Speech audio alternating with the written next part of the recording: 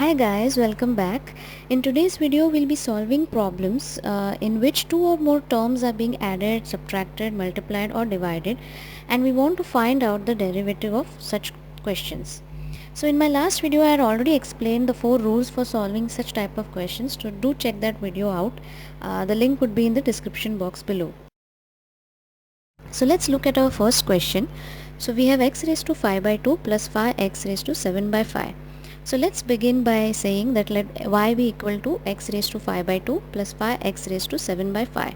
So if we take the derivative of both sides, we'll have dy by dx is equal to derivative of our first term plus derivative of the second term. So we have used the property of derivative of sum rule.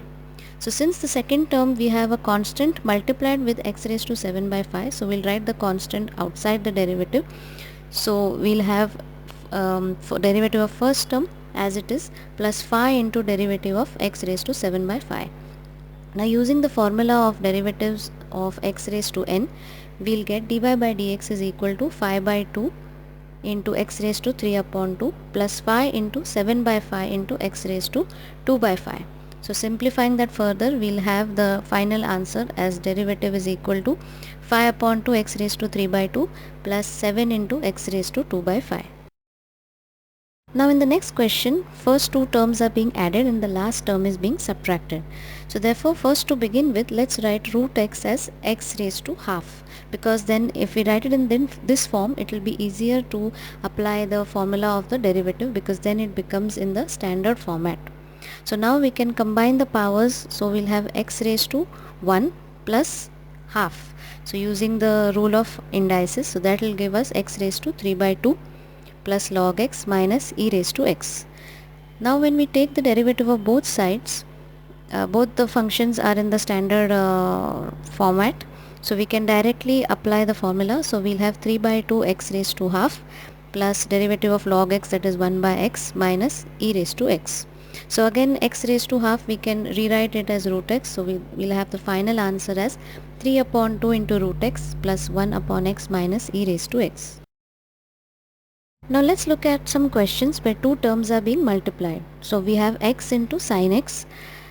So now let's understand how do we find the derivative of such questions. So we write the first term, that is x, into derivative of second term, that is sin x, plus second term into derivative of the first term. So that gives us sin x into derivative of x. Now writing the respective derivatives, we'll have x into cos x plus sin x into 1. So that is the final answer. Similarly, let's look at an example now where we have three terms that are being multiplied. So here we can take any two terms turn by turn and then multiply it with the derivative of the third term.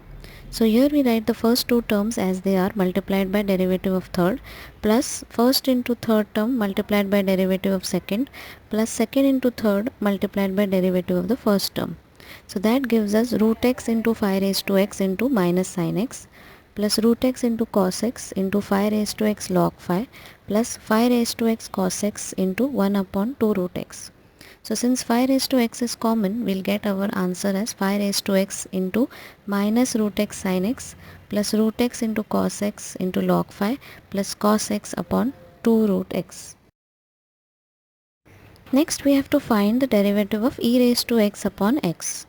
So here using the formula again for division, we'll write the derivative as denominator, which is x, into the derivative of numerator, that is e raised to x, minus the numerator into derivative of the denominator, and the whole thing divided by square of the denominator, which is x square. So that gives us x into e raised to x minus e raised to x into 1 upon x square. So from the numerator, if we take e raised to x as common, we'll have the derivative as e raised to x into x minus 1 upon x square. Now in our last question, let's solve a trigonometry based question. So same as we did before, since it involves two terms which are being divided, the derivative will be 1 minus cos x into derivative of sin x minus sin x into derivative of 1 minus cos x upon 1 minus cos x the whole square. So the derivative of sin x is cos x and derivative of 1 will be 0 because that is a constant. Similarly, derivative of cos x is minus sin x. So solving that further and substituting these values, we'll be left with 1 minus cos x into cos x minus sin x into sin x.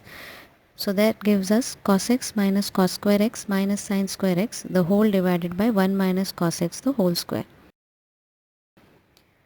So we know that cos square x plus sin square x is 1. So if we substitute that in the above equation, we'll be left with cos x minus 1 upon 1 minus cos x the whole square.